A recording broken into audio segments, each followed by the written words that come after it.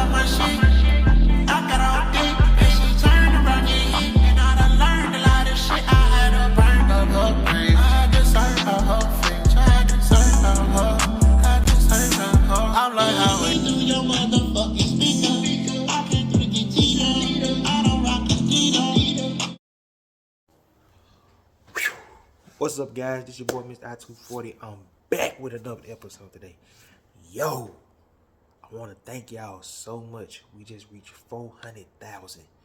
Yo, if it wasn't for y'all, I would not have 400,000 subscribers right now. I really want to thank y'all so much right now. I appreciate the love. And of course, most important, I want to thank the man above. I said 400,000? I mean 400 subscribers. If I say thousands, I'm sorry that we reached 400 subscribers. Now we at 451, so we're on the verge at 500 to get to that Chris Brown episode, and I'm anticipating it. I'm ready to drop wisdom, of course, about his career, and drop wisdom about the spirits and stuff like that, and the Holy Spirit and the demons that he faced. So with that being said, man, I love y'all and I'm thankful for y'all, and I want to continue to drop content and get the message out, because I told you I love doing the regular weekly episodes, but those episodes mean a lot to me because them guys faced a lot of demons. And plus, it's being successful and famous is something come at a price. So, not only I want to put a respect on their career, but I want to put respect on them as the person. And most importantly, I want to put the perspective from the man above, you know what I'm saying? But I really want to thank y'all for that, you know what I'm saying? Because if it wasn't for y'all, it wouldn't be no me. It wouldn't be no me. You know what I'm saying? It wouldn't be no y'all. It wouldn't be no me without y'all. So, I just want to say, man, I love y'all. I appreciate y'all. And since we're at 400, we're going to drop this. We're going to do this Memphis episode right now. So, today's episode is about Memphis wrestling, my hometown. You know what I'm saying? You know what I'm saying? This stuff been around since forever. You know what I'm saying? So, and shout out to my girl Kelly. She been waiting on this. So, I was going to wait till another day, but I recorded earlier, but I messed up. So, I'm really determined to record this for y'all because I really want to drop this and be consistent with the bangers. You know what I'm saying? So, hey, like I said, thank y'all. I love y'all. And, of course, y'all know what the saying goes. I want the man above y'all for another day. Without him, it won't be no me, won't be no y'all, won't be no Paige. So, let's get straight into it. Yo, so Memphis wrestling been around since the late 70s and 80s. Until now. I gotta read out the I bought it up. Until now. And it had produced some of the best wrestlers who ever came to the Mid-South. For many generations. From your Jackie Fargos, Jerry the King Lawler, Bill Dundee, Dutch Montel, the Moondogs, Reggie B. Fine, Big House Brown. And of course, you got today's stars that's being made. Mike Anthony, Bret Shaw, Michael Guns, Aaron Roberts, Timothy Bosch. You know what I'm saying? And plus, they got many legends still coming through. You know what I'm saying? They had many legends that came through the company. You know what I'm saying? Like your Rocks, Randy Savage, Kane, Ric Flair, the Rock and Roll Express, Dusty Rhodes, baby. Stone Cold Steve Austin, when he was Steve Williams with the surfer hair. Jeff Jarrett, The Undertaker, and many more. And plus, you still got present legends and future legends, where you have Eric Young, Josh Alexander, Booker T, Prince Nana. When I lie, he coming through. He came through. Shane Douglas, Buff Bagwell, Tommy Dreamer. You know what I'm saying? Lance Archer. You know what I'm saying? He be having back-to-back matches with Bret, Shawn Michaels. You know what I'm saying? And stuff like that. And plus, Memphis Wrestling has produced classic matches and moments. ECW invaded. They invaded USWA. Kerry Von Erich gave Jerry the King Lawler a gift. We had father versus son. Brian Lawler, a.k.a. Brian Christopher, versus Jerry Lawler, his father. Then, of course, you had the amazing announce team throughout the years. You know, so he had Dave Brown and Lance Russell in the 80s, in the 90s. Then you had Corey Macklin and Dave Brown. You know what I'm saying? But I'm here to talk about these superstars today. Now, I'm here to talk about Jerry Lawler, Bill Dundee, with the limited research I had to do. So some of these gonna be cut short because I couldn't find the more research that I wanted to do, and Bill Dundee is one of them. Austin Idol, Brian Christopher, it was kind of limited too. Spellbinder, he was limited too, and Jimmy Fallon, he was limited too because websites they portfolio around here, and I tried to base off their career in Memphis wrestling. You know what I'm saying? I wanted to put the perspective on the Mid-South and the South in wrestling period. And I could have put the WWE career and all that, but I just want to keep it old school Memphis fashion. You know what I'm saying? So, you know what I mean? Shoot. Let's get straight into it. Now I'm gonna be reading off this part because I bought this paper up earlier because I thought I messed up on it. The first contestant is Jerry the King Lawler, the King of Memphis, as they would say. I mean, of course, you got your Elvis, your Gil Gotti's, and your Dolph. Hey, that way everybody said they the King of Memphis. And oh yeah, I can't forget DJ Paul. And hell, BB King. So, Jerry the King has been around for many generations. He been making his mark in the wrestling business for many years, not only across South, but across the world nationwide. When you think of Memphis wrestling, the first name that come up is Jerry the King Lawler, because he was the foundation, he was the first superstar, he was the fan favorite that everybody loved. You can love him, you can hate him. You know what I'm saying? He had the cold lip beard, or he was just a hoe. You know what I'm saying? But, and like I said, he was a highly fan favorite across the South. He was making his mark in the 80s, in the 70s, and the 80s. He was putting on classic wrestling matches and feuds in Memphis and other promotions around the world. CWA. He defeated superstar Billy Graham to become the world champion. Then, of course, he had a feud with Andy Kaufman. Andy Kaufman was wrestling women. Then Lawler took it kind of personal, you know what I'm saying, because he was wrestling women and also doing the promotion, or they were building the feud up. He was making fun of our accent like we was dumb Southern motherfuckers. Then of course they had the match. Lawler gave Andy Kaufman 2 power drivers, which sent him to the hospital. Then they appeared on David Letterman, where Jerry Lawler slapped him, and then Andy Kaufman got it back in blood where he threw coffee on him. And profanity. Then, of course, many years later, in 1999, the movie came out, Man on the Moon, with Jim Carrey playing as Andy Kaufman and the King playing him as himself. And so, during that time, during a promo run, Jerry the King Lawler professed that him and Andy Kaufman was friends.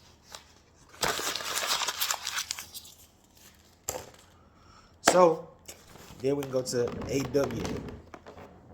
He doing his 82, 85, 87, 88 run. So, Lawler won the AWA International Championship by defeating Austin Idol. May 30th of 1983, him and Bill Dundee defeated Jerry Lawler for the AWA Southern Heavyweight Championship. The feud got personal. On June 6, 1983, they met in a loser leave town match for the title, which Lawler won. Then he went on defeated Ken Betrayal to begin his second reign as the international champion. 1984, he became AWA Mid-American champion April 12th when he defeated Randy Savage for the title. You know, because him and Randy Savage had a big feud, and Randy Savage was trying to make his name in the wrestling business too. So you gotta think about that.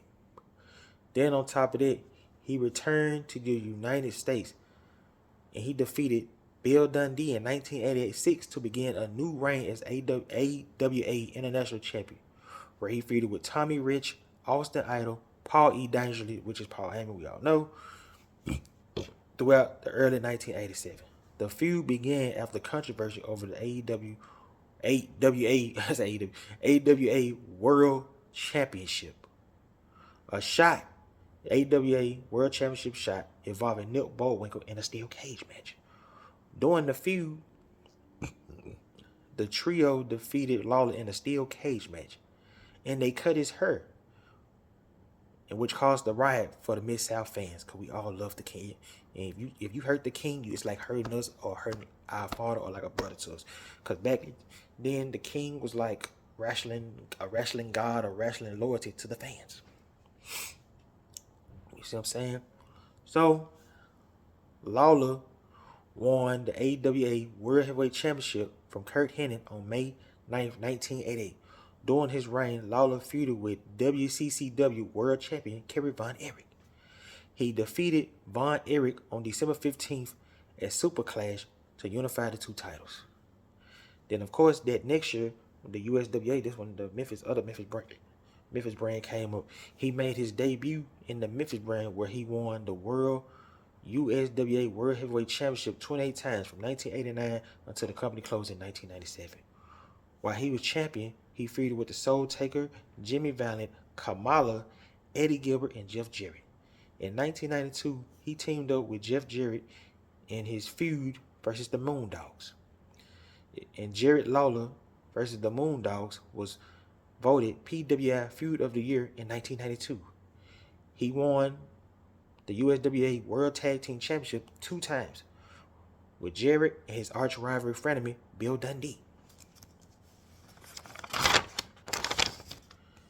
Then, of course, in 1997, when the company closed, Lawler dropped the USWA World Heavyweight Championship for the last time to Dutch Mantell in August of 1997 in an all-body hair match until when the company had closed. But during that time, Jerry Lawler had big feuds and big moments. During that time, he was wrestling Ric Flair, the NWA World Heavyweight Champion. Then he wrestled his own son, Brian Christopher. Then he set Tommy Rich on fire with the fireball. And he did the same thing to Kamala. Him and Kamala had a feud. And he feuded with Corey Maglin during the new version of it around 03, 05, 06. And of course, he feuded with the crazy man, Terry Funk. I need to do the episode on him. Got to show Terry Funk some love. Because he was crazy, but he was tough. Then he had a feud with Eddie Gilbert. Kane, when he became the Mask King. I didn't even know that until I did my research. Then he had a feud, of course, Kerry Von Erich. And of course, he was most known for the Andy Kaufman Power Driver. And of course, his vicious personal feud with Randy Savage. My boy's putting on shows and entertaining the fans. And I think he was the promoter at one time, too. So, you know what I'm saying? So, you got to think about that.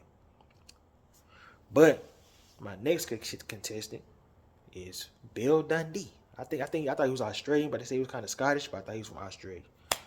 But Bill Dundee made a name for himself in Memphis territories and the South across the world, selling out the Mid-South Coliseum, Louisville Gardens, Nashville Fairgrounds, Air Arena, Chattanooga, and Birmingham.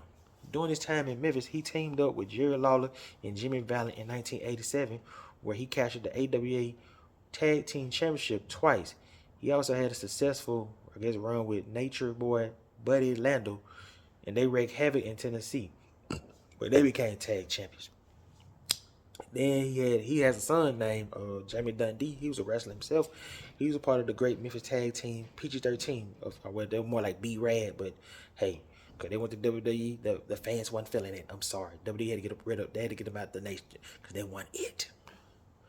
But during his Hall of Fame career, he feuded with Jerry Lawler, the Moondogs, Adrian Street, Kamala, and him and Jamie had their own personal father versus son match. He feuded with Tommy Rich, and he feuded with Bobby Eaton, and plus he feuded with Coco when Coco was Sweet Brown Sugar. I guess when he was joining Jimmy Hart. We're going to get to Coco in a minute. But, you know what I'm saying, I was disappointed. I couldn't find the research that I need. You see how lengthy Jerry King Lawler was, you know what I'm saying?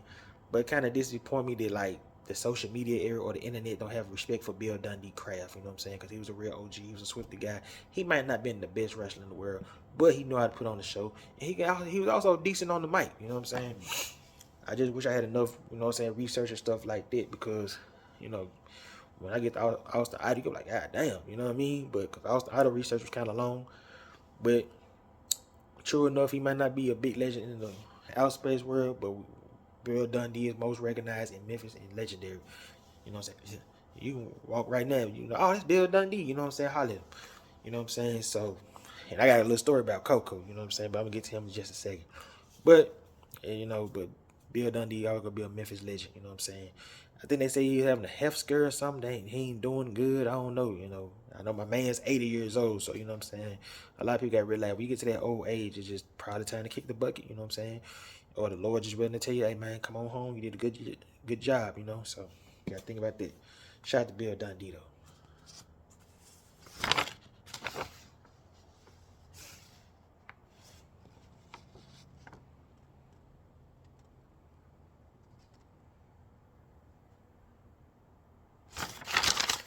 I'm gonna mess up again. Yes, sir. All right. Then my next contestant, I call him the Down South Jesse Ventura or Down South Billy Starr Graham. And that's my main man with the curly blonde hair.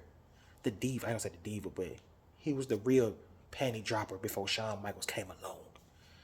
And that's my main man, Austin Idol. Now his jump was kind of long. Only thing I like about Austin, I don't think I was tripping off Austin Idol jump because he was with the company for a minute, not with the company, leaving the company, going back to Georgia, going back over here. I want for the right audience. I was trying to keep it Memphis as much as possible. You know what I'm saying? But he is a real OG legend. You know what I'm saying? And he put in a lot of work and multi-time world champion. You know what I'm saying? I just wish he would have got that chance in WWE. You know what I'm saying? To make it. I think he could have been bigger than beyond Memphis and stuff like that, especially when the age, because he had the look.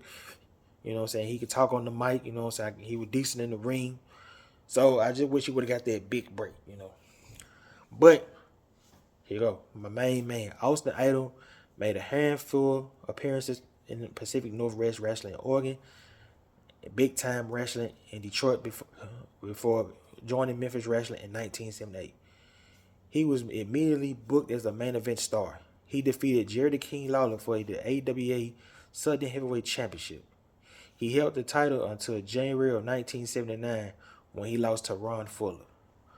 Over the few months, Idol feuded with Lawler and his allies Bill Dundee and Jackie Fargo until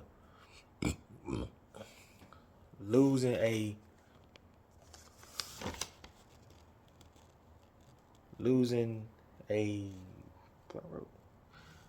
loser leave town steel cage match to Lawler in April 1979.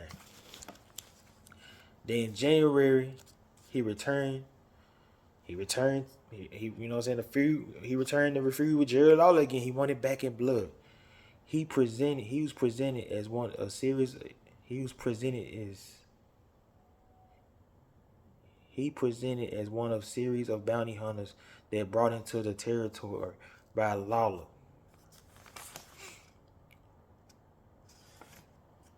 During that time between the two, Lawler threw a fireball at Idol when trapped.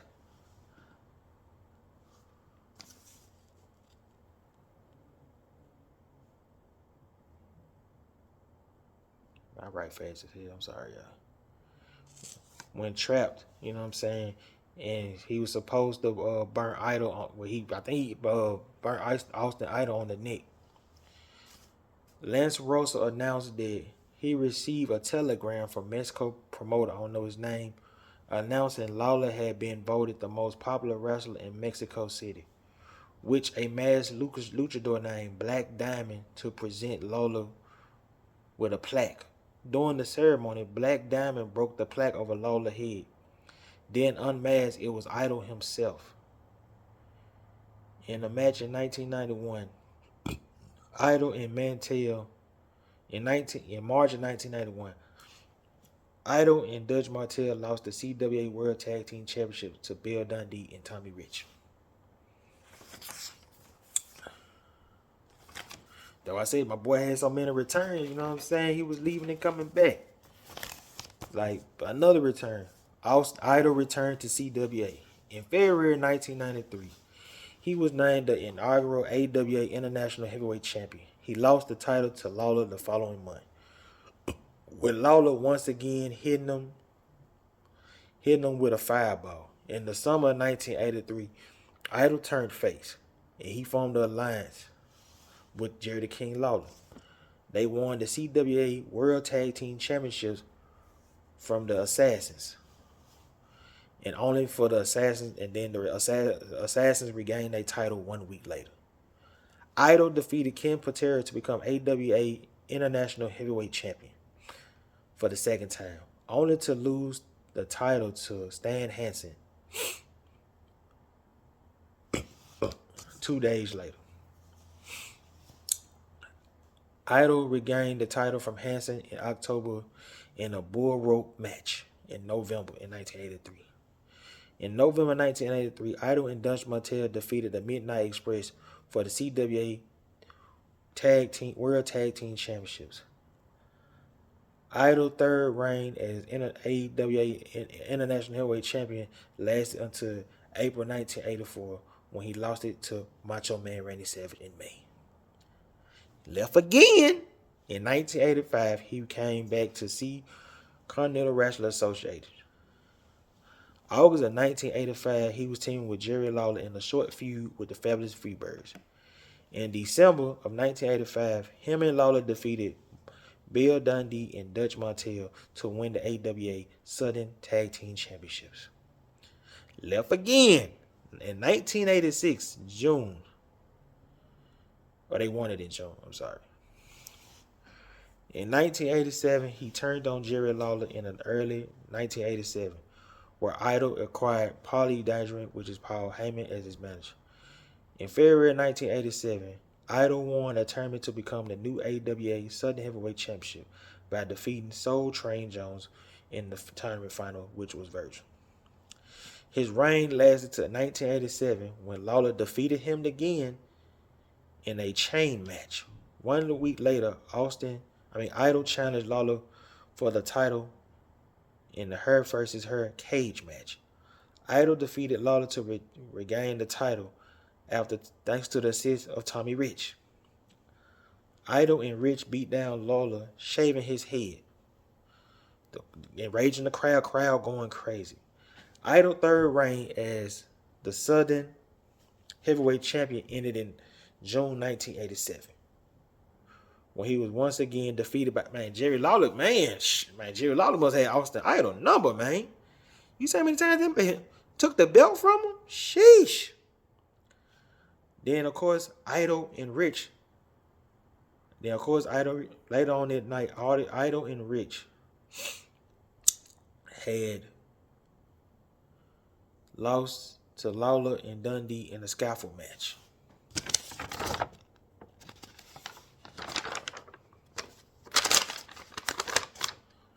So my boy had a nice lengthy career in Memphis. You know what I'm saying? Like I said, I was trying to keep it Memphis. I didn't want to talk about WWE, none of that. I didn't want to do the episode. I wanted to keep it straight Memphis and keep getting straight raw for y'all. But from my research, my boy had feuds against Rick Rude, Ric Flair, Macho Man Randy Savage, and of course his main op, Jerry the King Lawler, Stan Hansen, and then of course him and Tommy Rich started beefing, and plus he had a match with Jim Neidhart. Boy, my boys, man, I don't know what it was, but Jerry the King Lawler sure had my boy number. Then of course, y'all got my main man, the late great Brian Christopher, or as we call him today, Grandmaster Sexay. Except he wasn't Sexay when he had that embarrassing promo on Raw. He was just doing this, and the crowd didn't know who the hell he was. He was just going crazy. But he was the son of Jerry the King Lawler. He began his career as one half of the Mass Team, the Twilight Zone, with Tony Williams, under the individual ring name Nubula, which was Lawler, and I think the other, I forgot his name, that was Williams. After they unmasked, Brian continued to wrestle in USWA under his new name, charismatic with the laughing and stuff like that. Too sexy, Brian Christopher. He was a fan favorite. The girls loved him. The kids loved him. You know what I'm saying? He brought that excitement in the 90s, and he was probably, I think he was one of the faces of the company in the 90s. We can't nobody hands down say he wasn't the face of Memphis wrestling at that point.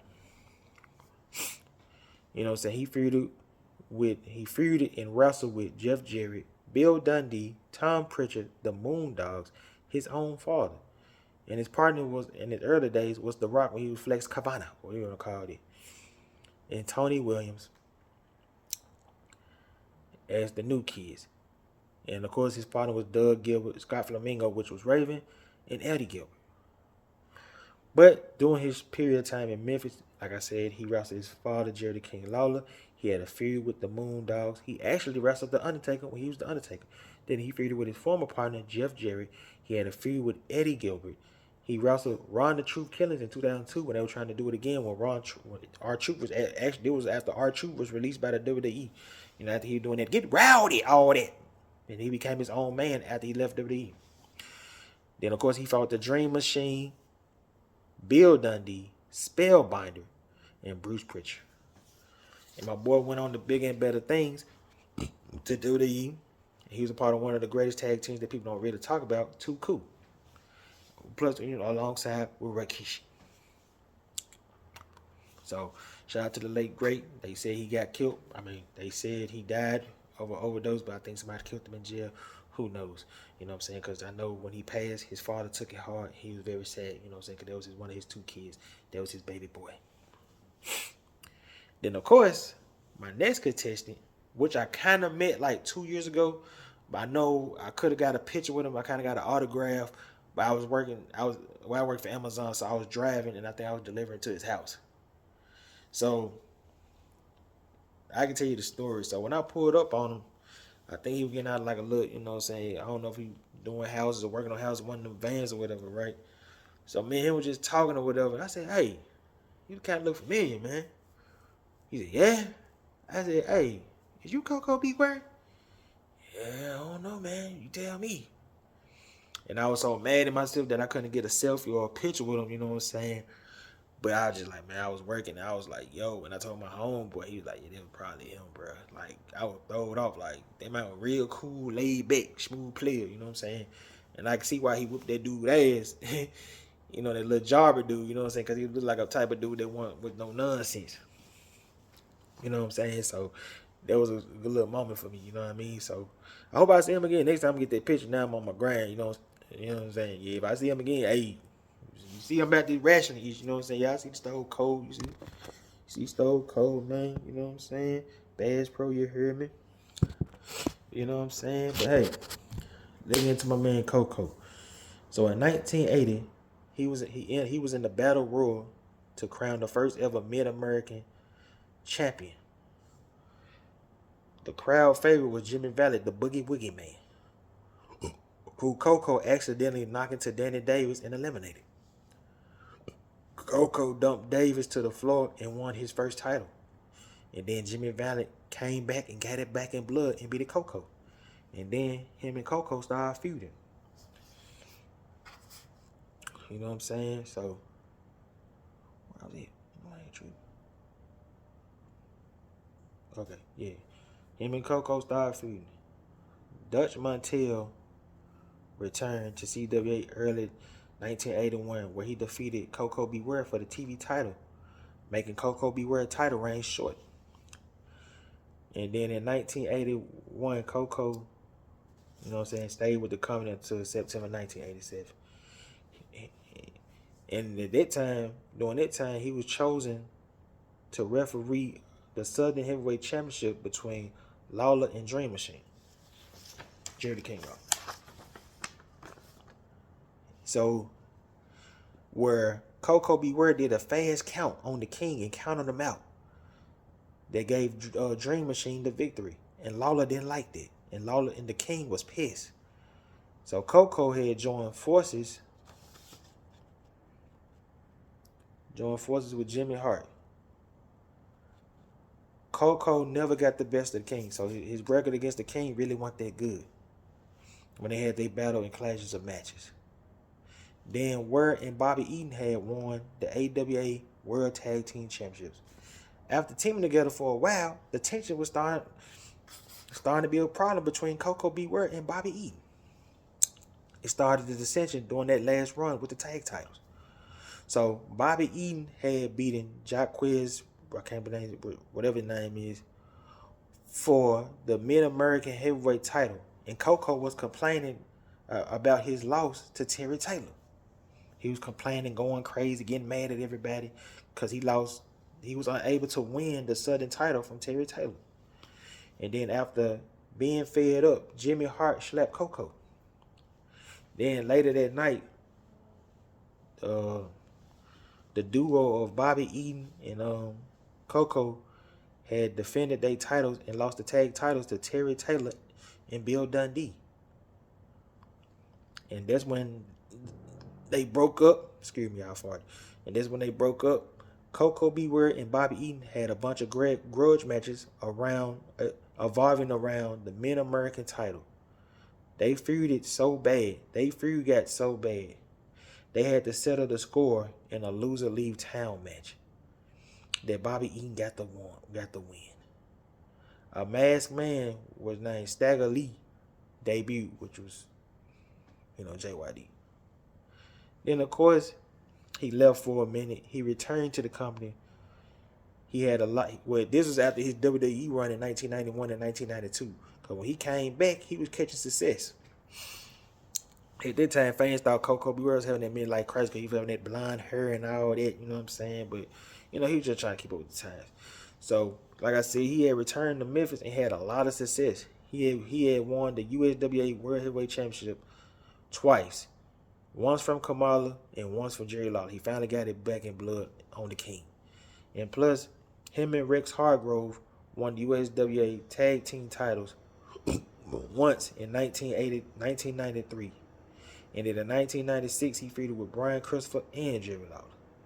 But my boy had big moments on the Memphis scene where he feuded with Jerry the King Lawler. He feuded with Bill Dundee. He wrestled Ric Flair.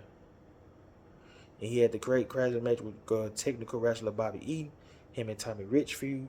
And of course, him and the late great Kamala had feud. And he fought the Japanese legend Yamatato. And plus him and Brian Christopher had a feud. So, shout out to Coco Beware, man. You know what I'm saying?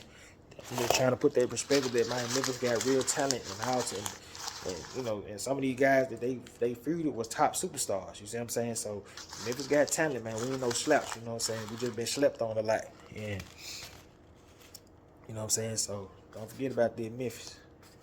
Now my last two is kind of gonna be short because the limited research I had, especially the last one, which I was kind of disappointed in. But my next contestant is Spellbinder. Del Rios, I think his name Anthony Del Rios, if I'm not mistaken. He was a prominent wrestling role. He was a prominent wrestler. You know what I'm saying? In the United States, USWA.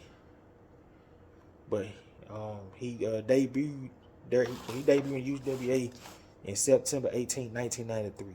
He wrestled as the Spellbinder for the first couple of matches of his career. Then he switched back to his real name. Then he switched back to Spellbinder in the summer of 1994, where he feuded with Brian Christopher in 1997, and he probably had big moments where he became the Spellbinder. He was getting attacked by the Magic Dude, and him and Brian Christopher had major feud, and he wrestled Tracy Smothers. And like I said, guys, I was really trying, but man, boy, when you ain't a big name like that, the internet do not care about you. You know what I'm saying? So. I want this episode. I thought the episode was gonna really be like 2 hours or whatever, but with the limited research on a couple of people, it's kind of disappointing. But I really want to put this out for y'all because y'all been waiting on this. And like I said, if y'all want a volume 2, because I know Memphis got a lot of talent, so I probably already say some talent on here. And if y'all want that volume 2, just put them in the comments. You know what I'm saying? Because I love my city and I love Memphis wrestling, and I need to start going back to the shows out there in Whitehaven. Shout out to Dustin Starr and them guys when I went. You know what I'm saying? When I saw Booker T. That was some dope stuff right there, you heard me? So, And of course, my last contestant is my main man, the Boogie Woman. Hey, baby, all that, the Boogie Woogie man, Jimmy Valiant. Now, the problem with Jimmy Valiant research is they were trying to cluster everything all into one. And I'm like, no, because everybody else was kind of chopped up in a different section. And I wasn't trying to type in when he went to New Orleans and Alabama. I wasn't trying to mix all that up, you see what I'm saying? So I just had to put his Memphis highlights and career stuff like that on here. Of course, he feuded with Jerry Lawler. He teamed up with Lawler versus a Japanese team in 1985. Him and Rick Rude had a feud. He feuded with Hector Guerrero, Eddie Guerrero brother. He feuded with Robert Gibson of the Midnight Express. Him and Bill Dundee went back and forth in classic matches. And he feuded with Legion of Doom manager Paul Ellinger. And of course, him and Bobby Eaton had a feud. But before I get up out of here, I just want to say, hey, like I said, I thank y'all. I love y'all so much. I appreciate y'all. You know what I'm saying? And I hope I don't disappoint y'all with this episode. And if y'all want volume 2, hey, let me know. Because, hell, we can put new talent right now. I just want to put it the OGs that sound the foundation. You know what I'm saying? So, with that being said, I love y'all. I appreciate y'all. You know what I'm saying? And I want to continue to give y'all bangers. You know what I'm saying? Because y'all like family to me. And I love doing this, man. Also, the next joint is on the way. The Blood Thicker Than Water joint is on the way now. Now we can get to weekly wrestling until I get to my 500. Now, if I get to my 500 before then, the next episode will be Chris Benoit. But hey, that's it for this episode, man. I love y'all. I love y'all, and I appreciate y'all. I'm out. Peace. Just let me talk my shit. I got